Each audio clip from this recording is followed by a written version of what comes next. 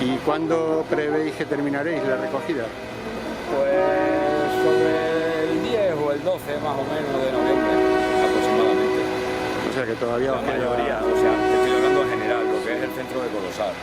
Ahora hay gente que termina en octubre, el 20, 25 de octubre, a finales de octubre, 1 de noviembre, mediados, dependiendo, pero sí, sobre el 8, el 10, el 12 aproximadamente es el final de la recolección de Colosal.